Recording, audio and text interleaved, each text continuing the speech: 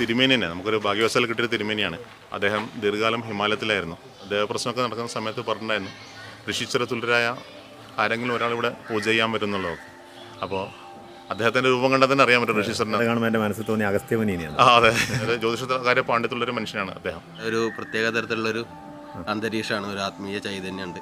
ഭാരതത്തിൽ തന്നെ അത്യപൂർവങ്ങളിൽ അപൂർവങ്ങളായിരിക്കും ഒരു ശ്രീകോവിലിൽ രണ്ട് മൂർത്തികൾ പ്രാർത്ഥിച്ചു കഴിഞ്ഞാൽ അതൊരു കുറച്ച് ദിവസങ്ങളെ കൊണ്ട് അതിന് ഫലം നമുക്ക് അനുഭവങ്ങളാണത്. ഭഗവാന്റെ നിയോഗങ്ങളാണ് ഞാൻ നിങ്ങളെ കണ്ടതും അങ്ങനെ ഇതെല്ലാം ഒരു പൂർവ്വ നിശ്ചയം ഉണ്ടാവും അല്ലേ? എല്ലാവർക്കും നമസ്കാരം. ഞാൻ മധുസൂദനൻ. ശാസ്താവിംഗ വ്ളോഗിൻ്റെ വീഡിയോയിലേക്ക് എല്ലാവർക്കും സ്നേഹപൂർവ്വം സ്വാഗതം. നമുക്ക് ചുറ്റും അറിയപ്പെടാതെ കിടക്കുന്ന പൈതൃകങ്ങളെ തേടിയാണ് യാത്ര.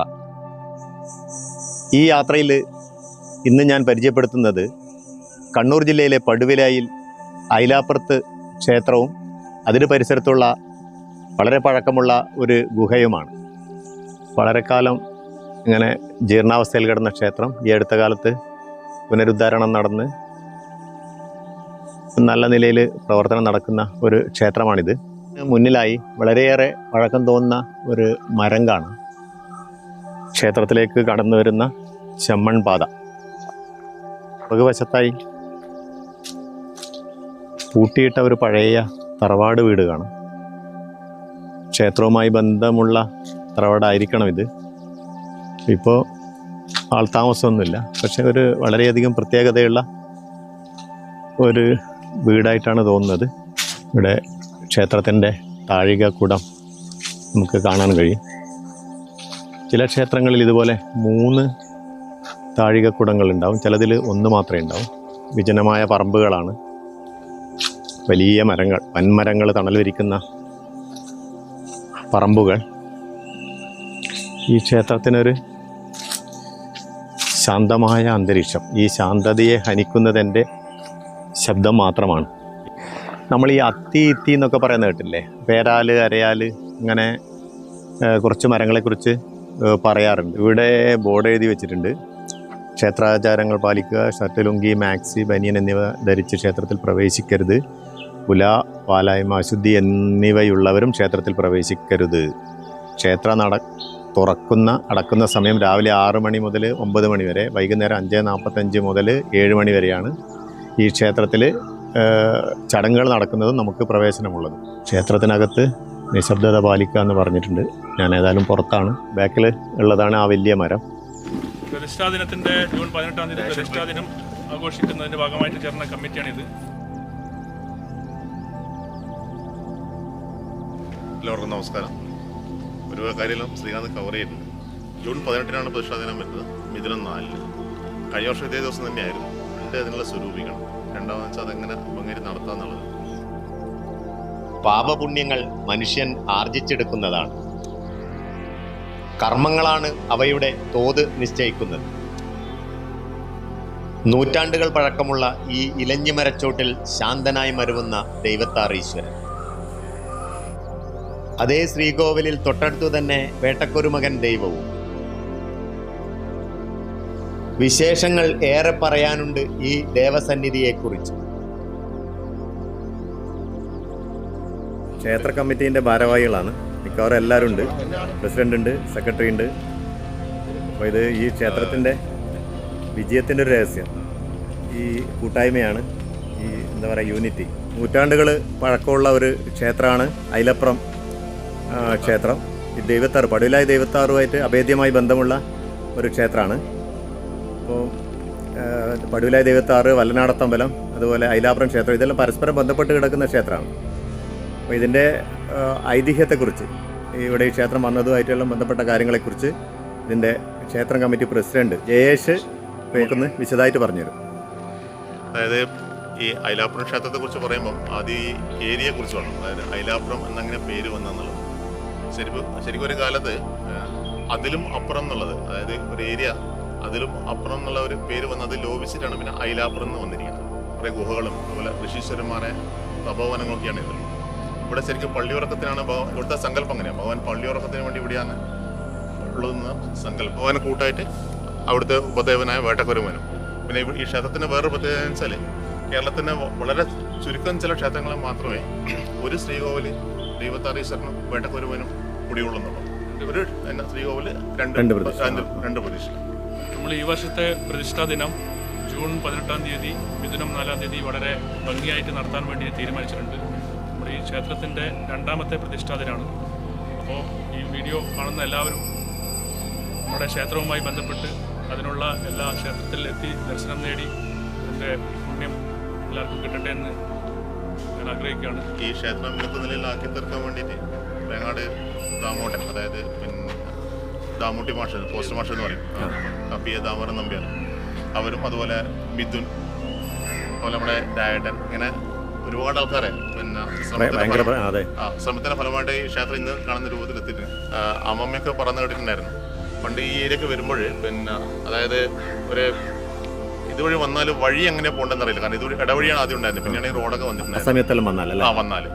വന്നാൽ എങ്ങോട്ടാ പോകണ്ടെന്ന് മനസ്സിലാക്കാം. യോഗീശ്വരന്മാർ ആവശ്യം, അതായത് പിന്നെ ഇവിടെ കുറേ ഗുഹകളുണ്ട്, കുറേയൊക്കെ മണ്ണിനടിയിൽ വിട്ടുപോയിട്ടാണ്. ഇപ്പം നമുക്ക് ഇപ്പം പ്രത്യക്ഷത്തിൽ കാണുന്ന ഒരു ഗുഹ ഇവിടെ അടുത്ത് തന്നെയുണ്ട്, കാണാൻ നല്ല ഭംഗിയുള്ള ഗുഹയാണ്. ദൈവത്താറീശ്വരന്റെ പള്ളിയുറക്കം തടസ്സപ്പെടാതിരിക്കാൻ ക്ഷേത്രത്തിന് ചുറ്റും യോഗീശ്വരന്മാരുടെ നിരീക്ഷണ കവചം. ആത്മീയ തേജോരൂപമായി അവർ വസിക്കുന്ന ഗുഹകൾ ഈ പ്രദേശത്ത് ധാരാളമായി കാണാം.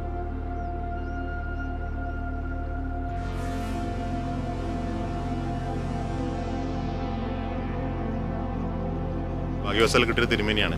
അദ്ദേഹം ദീർഘകാലം ഹിമാലയത്തിലായിരുന്നു.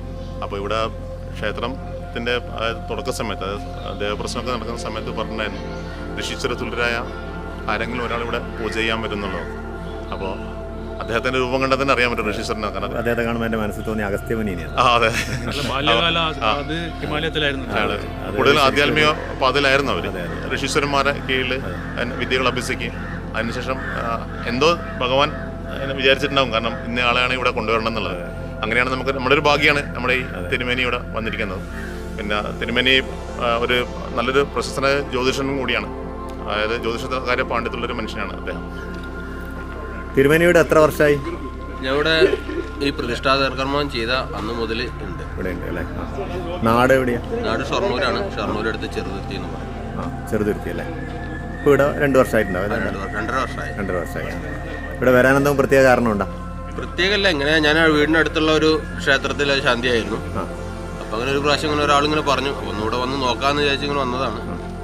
വന്നു കഴിഞ്ഞപ്പോൾ 1 ദിവസം 2 ദിവസമൊക്കെ നിന്നിട്ട് പോകാമെന്ന് വിചാരിച്ച് വന്നതാണ്. പിന്നെ അപ്പോൾ അതിങ്ങനെ ആയി. അതെ അതെ, ഇതെല്ലാം ഒരു ദൈവനിയോഗം പോലെ അല്ലേ? തീർച്ചയായിട്ടും. ഇവിടെ ഒരു പ്രത്യേക തരത്തിലുള്ളൊരു അന്തരീക്ഷമാണ്, ഒരു ആത്മീയ ചൈതന്യമുണ്ട് കൂടുതലുള്ള പോലെ. പിന്നെ നമുക്ക് മെഡിറ്റേഷൻ ചെയ്യാനും ജപിച്ചിരിക്കാനും ഒക്കെ പറ്റാവുന്നൊരു അന്തരീക്ഷം കൂടിയാണ്. ഇതൊരു പവർഫുൾ നമ്മളെ പിടിച്ച് കെട്ടിയിട്ട പോലെയാണ്. ഇവിടെ വന്നു കഴിഞ്ഞാലും ശരി, ഇവിടെ വന്നിരുന്ന ആൾക്കാർക്കാണെങ്കിലും ശരി, ഒരു ദൈവ അനുഗ്രഹം ഉള്ള പോലെ തോന്നിയിട്ടുണ്ട്. പിന്നെ ദൈവത്താറും, അവിടെ ദൈവത്താറും വേട്ടയ്ക്കൊരു മകനാണ്. ഈ ഭാരതത്തിൽ തന്നെ അത്യപൂർവങ്ങളിൽ അപൂർവങ്ങളായിരിക്കും ഒരു ശ്രീകോവിലിൽ 2 മൂർത്തികൾ. അങ്ങനെ ഒരു പ്രത്യേകതയോടുണ്ട് ഇവിടെ. ഇവിടെ ആരും എന്ത് വന്നു കേട്ടും പ്രാർത്ഥിച്ചു കഴിഞ്ഞാൽ അതൊരു കുറച്ച് ദിവസങ്ങളെ കൊണ്ട് അതിന് ഫലം നമുക്ക് അനുഭവങ്ങളാണത്. തിരുമേനി എന്തോ ഇങ്ങനെ ഞാൻ അറിഞ്ഞത് ഹിമാലയത്തിലെല്ലാം ഉണ്ടായിരുന്നു കുറച്ച് കാലം. അതെ, അവിടെ ശരിക്കും ഈ പ്രദേശത്തിന്റെ ഒരു ഭാഗ്യം, അങ്ങനെയുള്ള ഒരാളെ കിട്ടുക വേറൊന്നുമല്ല, സാധാരണ മനുഷ്യരെ പോലെ തന്നെയാണ്. ഇവിടെ എന്നാലും നമുക്ക് അവിടേക്ക് പോകാനുള്ള ഒരു ഭാഗ്യം, ഈ നിയോഗം എന്നൊക്കെ പറയാലോ. സാധാരണ എല്ലാം കഴിഞ്ഞിട്ടാണ് എല്ലാവരും പോവാറ്. ഞാൻ അത് കഴിഞ്ഞിട്ടാണ് ഇങ്ങോട്ട് വന്നത്. എല്ലാത്തിനും ഒരു മാറ്റം പോലെ. ഇത് എങ്ങനെ പൂജാവിധികൾ എങ്ങനെയാ? ഒരു ദിവസം രാവിലെ പൂജാവിധികൾ കാലത്ത് ഒരു 4:45 നട തുറക്കും രാവിലെ. അത് കഴിഞ്ഞ് അഭിഷേകങ്ങൾ, എണ്ണാഭിഷേകം, അതുപോലെ വാകച്ചാർത്ത്, അത് കഴിഞ്ഞ മലർ നിവേദ്യം, കഴിഞ്ഞ കാലത്തൊരു ഗണപതി ഹോമം, പിന്നെ ഒരു ദിവസ പൂജ. പിന്നെ ഒന്നുമില്ല, ഒരു 9 മണിയാകുമ്പോൾ അടയ്ക്കും. രാത്രി ഇല്ല രാവിലെ. അത് കഴിഞ്ഞാൽ പിന്നെ സമയങ്ങളിൽ ഒരു 5:45, ഒരു 5:30, 5:45 ആകുമ്പോൾ നട തുറക്കും. ഒരു 7 മണി വരെ ഉണ്ടാവും. 7 ഭക്തർ വരും, അവരായിട്ട് ഭഗവാനും അവരായിട്ടുള്ള സംവാദം അതെ ഉണ്ടാവും അല്ലേ? അതായത് കണ്ടതിൽ ഭയങ്കര സന്തോഷം. ഇത്ര ഇത്രയും വാക്കുകൾ നമുക്ക് വേണ്ടി പറഞ്ഞു തന്നതിലും ഭഗവാനിക്ക് ഒരുപാട് നന്ദി. അതെ, ഈ അനുഗ്രഹം ഉണ്ട്. കാരണം അല്ലെങ്കിൽ ഇങ്ങനെ ഒരു സ്ഥലത്ത് എത്താനും അതെ. അങ്ങനെ പോലെ ഒരാളെ കാണാനും പിന്നെ കിട്ടൂലല്ലോ, ഭാഗ്യം കിട്ടൂലല്ലോ. അപ്പോൾ ഇപ്പം അങ്ങനെ കുറേ അനുഭവങ്ങളുണ്ട്. വളരെ അപൂർവമായ അങ്ങനെയുള്ള സ്ഥലങ്ങളിൽ എത്തിപ്പെടുക, അങ്ങനെയുള്ള വ്യക്തികളുമായിട്ട് അല്ലെങ്കിൽ അങ്ങനെയുള്ള ആളെ കാണാൻ പറ്റുക, അതെല്ലാം ഒരു ശരിക്കും പറഞ്ഞാൽ എൻ്റെ ഒരു ഭാഗ്യമാണ്. ഭഗവാന്റെ നിയോഗങ്ങളാണ് ഈ ഞാൻ നിങ്ങളെ കണ്ടതും അങ്ങനെ എല്ലാം അതെ അതെ, ഇതെല്ലാം ഒരു പൂർവ്വ നിശ്ചയം ഉണ്ടാവും അല്ലേ? ഉണ്ടാവും. ഇതൊരു അപൂർവതല്ലേ. എന്തായാലും ഭഗവാൻ അനുഗ്രഹിക്കട്ടെ അതെ, നന്ദി. എല്ലാവരെയും.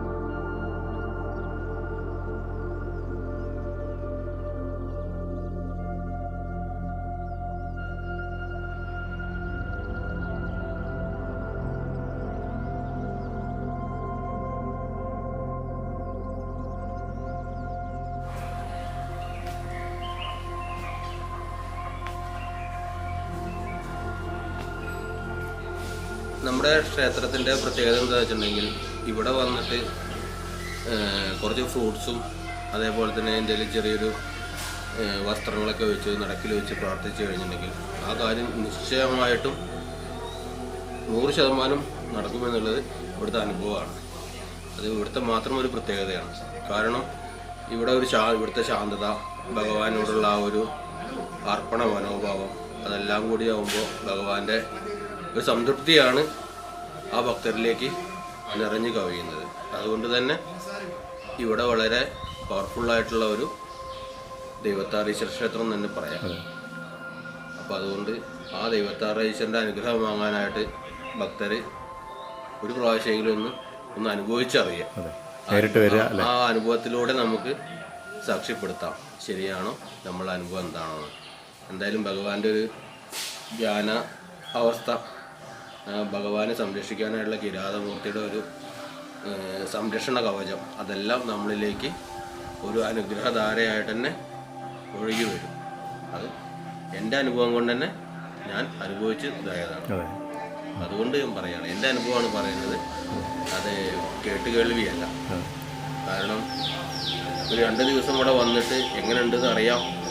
അതായത് ഇത്ര പുതിയൊരു ക്ഷേത്രം, അധികം വരുമാനങ്ങളോ കാര്യങ്ങളൊന്നും ഇല്ല, അങ്ങനെയുള്ള ഒരു ക്ഷേത്രത്തിലൊന്ന് ഒരു കുടുംബമായിട്ട് ജീവിക്കുന്ന ഒരാൾ വന്ന് നിൽക്കുക എന്ന് പറയുന്നത് അപൂർവമാണ്.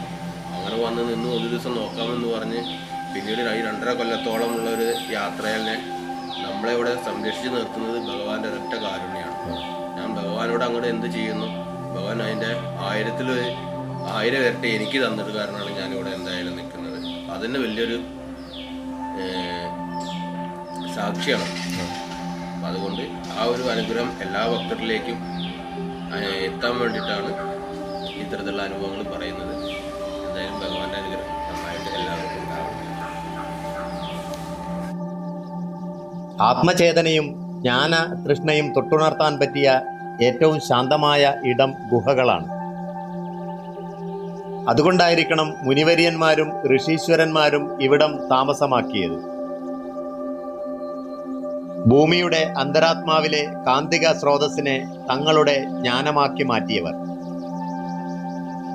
യോഗീശ്വരന്മാർ വസിച്ചിരുന്ന താപസ ഭൂമിയായിരുന്നു ഇവിടം എന്നാണ് ഇത്തരം കാഴ്ചകളിൽ നിന്ന് നമുക്ക് ബോധ്യമാവുക. കണ്ണൂർ ജില്ലയിലെ പടുവിലായിൽ ഉള്ള ഐലാപ്പുറത്ത് ദൈവത്താറീശ്വര ക്ഷേത്ര സന്നിധിയിലാണ് ഞാനിപ്പോൾ. പ്രസിഡന്റ്, സെക്രട്ടറി, മറ്റ് കമ്മിറ്റി അംഗങ്ങളെല്ലാം ഉണ്ടായിരുന്നു. അതുപോലെ വൈകുന്നേരമായതിനാൽ, പൂജാ സമയമായതിനാൽ നമുക്ക് ഇവിടുത്തെ ഹിമാലയത്തിലൊക്കെ തപസ് ചെയ്ത് പുണ്യം നേടിയ ആളാണ്. തന്ത്രി എന്ന് പറഞ്ഞത് തെറ്റാൻ തോന്നുന്നുണ്ട്, മേൽശാന്തിയാണ് കറക്റ്റ്. അപ്പോൾ അദ്ദേഹം ഹിമാലയത്തിൽ തപസ്സിനൊക്കെ പോയ ഒരു മഹത് വ്യക്തിയാണ്. അദ്ദേഹം സാമൂഹ്യ മേഖലയിലും ഒട്ടേറെ പ്രവർത്തനങ്ങൾ കാഴ്ചവെക്കുന്നുണ്ട്. അതുപോലെ ജ്യോതിഷ വിശകലനം, ജ്യോതിഷ പണ്ഡിതനും കൂടിയാണ്. അപ്പോൾ അങ്ങനെ ഒട്ടേറെ പ്രത്യേകതകളുള്ള ഒരു മഹാക്ഷേത്രത്തിലാണ് ഇന്ന് ഞാൻ എത്തിച്ചേർന്നത്. അപ്പോൾ ക്ഷേത്രവിശേഷങ്ങൾ എല്ലാവർക്കും ഇഷ്ടപ്പെടുമെന്ന് വിശ്വസിക്കുന്നു. വീഡിയോ ഇഷ്ടമായെങ്കിൽ സബ്സ്ക്രൈബ് ചെയ്യുക, ഷെയർ ചെയ്യുക, ലൈക്ക് ചെയ്യുക, കമൻറ്റ് ചെയ്യുക. മറ്റൊരു വീഡിയോയുമായി വീണ്ടും കാണുമായിരിക്കും. Good bye.